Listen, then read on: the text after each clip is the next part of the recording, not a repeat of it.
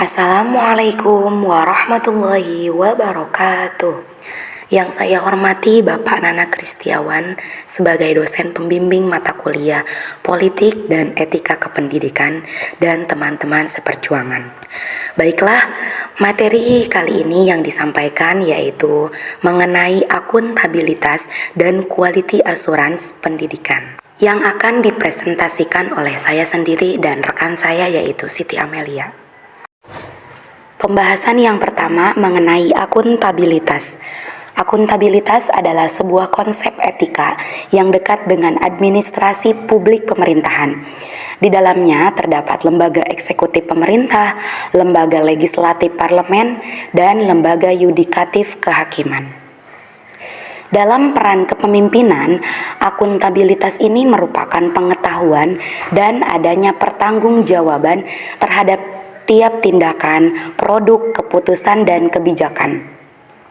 Jadi, di dalamnya juga termasuk administrasi publik pemerintahan dan pelaksanaan dalam lingkup peran atau posisi kerja yang mencakup dalam suatu kewajiban untuk melaporkan, menjelaskan, dan dapat dipertanyakan bagi tiap-tiap konsekuensi yang sudah dihasilkan.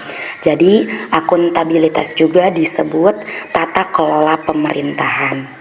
Akuntabilitas dalam bidang pendidikan seperti yang dikatakan oleh M. Hasan, yaitu yang pertama, program dan manajemen personalia yang mengarah kepada tujuan. Yang kedua yaitu penekanan manajemen yang efektif dan efisien. Yang ketiga yaitu pengembangan program, pengembangan personalia, peningkatan hubungan dengan masyarakat, dan kegiatan-kegiatan manajemen.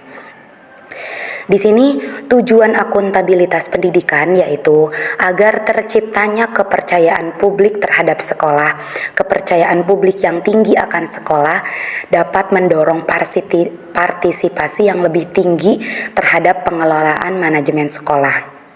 Jadi sekolah itu akan dianggap sebagai agen bahkan sumber perubahan masyarakat.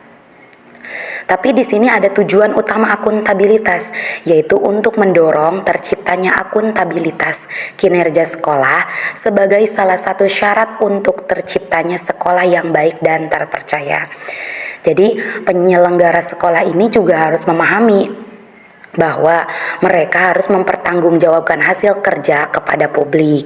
Manfaat akuntabilitas yaitu mampu membatasi ruang gerak terjadinya perubahan dan pengulangan dan revisi perencanaan.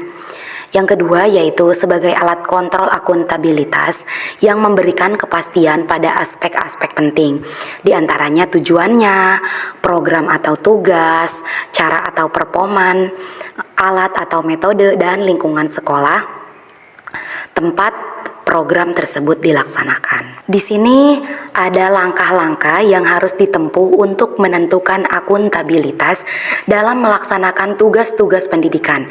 Yang pertama, yaitu menentukan tujuan program yang dikerjakan dalam perencanaan disebut misi atau tujuan perencanaan. Yang kedua, yaitu program yang dioperasionalkan sehingga menimbulkan tujuan-tujuan yang spesifik. Yang ketiga yaitu menggambarkan dulu kondisi tempat bekerjanya. Nah, yang keempat yaitu menentukan otoritas atau kewenangan petugas pendidikan. Yang kelima yaitu menentukan pelaksana yang akan mengerjakan program atau tugas atau penanggung jawabnya harus disiapkan dulu.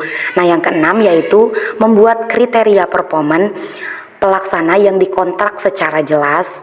Yang ketujuhnya yaitu menentukan pengukur yang bersifat bebas. Yang terakhir yaitu hasil pengukurannya itu harus dilaporkan kepada orang yang berkaitan.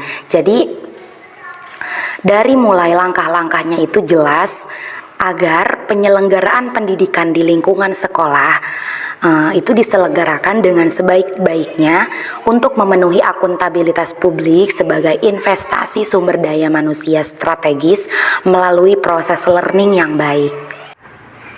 Bismillahirrahmanirrahim. Di sini yang akan saya bahas selanjutnya yaitu pengertian quality assurance.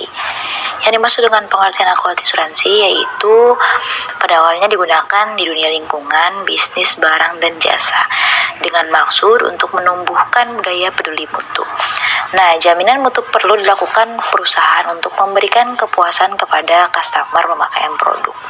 Dalam perkembangan selanjutnya, penerapan konsep jaminan mutu ini ternyata tidak hanya sebatas di lingkungan bisnis dan industri saja, tetapi juga dalam bidang pelayanan jasa pendidikan sejalan dengan munculnya gerakan akuntabilitas pendidikan. Selanjutnya, quality asuransi pendidikan. Peningkatan mutu pendidikan memerlukan standar mutu dilakukan dalam satu prosedur tata kerja yang jelas, strategi, kerjasama, dan kolaborasi antar pemangku kepentingan, dan dilakukan secara terus-menerus berkelanjutan. Kebijakan pembangunan pendidikan pada dewasa ini menunjukkan adanya modal kuat untuk meningkatkan mutu pendidikan nasional dalam kurung SNP, yaitu penyediaan acuan untuk mengkaji pencapaian pendidikan, mutu pendidikan, dan bidang yang membutuhkan peningkatan mutu pendidikan. Adapun tujuan dari quality asuransi pendidikan yaitu perbedaan dalam Perkemendiknas nomor 63 tahun 2009, pemerintah menindaklanjuti ketentuan mengenai penjaminan mutu yang terdapat pada Peraturan Pemerintah Republik Indonesia nomor 19 tahun 2005 ke dalam Pemerdiknas nomor 63 tahun 2009 tentang sistem penjaminan mutu pendidikan. Mutu pendidikan dalam SPMP ini adalah tingkat kecerdasan kehidupan bangsa yang dapat diraih dari penerapan sistem pendidikan nasional. Nah, penjaminan mutu pendidikan adalah kegiatan sistematik dan terpadu oleh satuan atau program pendidikan. Penyelenggara satuan ini atau program pendidikan ini pemerintah daerah, pemerintah, dan masyarakat untuk menaikkan tingkat kecerdasan kehidupan bangsa melalui pendidikan. Adapun mekanisme quality asuransi pendidikan. Penjaminan mutu pendidikan dilakukan atas dasar prinsip berkelanjutan, terencana, dan sistematis dengan kerangka waktu dan target-target pencapaian mutu, yaitu yang disebut tadi dengan SPMP. Nah, SPMP ini merupakan sistem terbuka yang terus disempurnakan secara berkelanjutan. Penyelenggara satuan untuk program pendidikan wajib menyediakan sumber daya yang diperlukan untuk pelaksanaannya penjaminan mutu itu.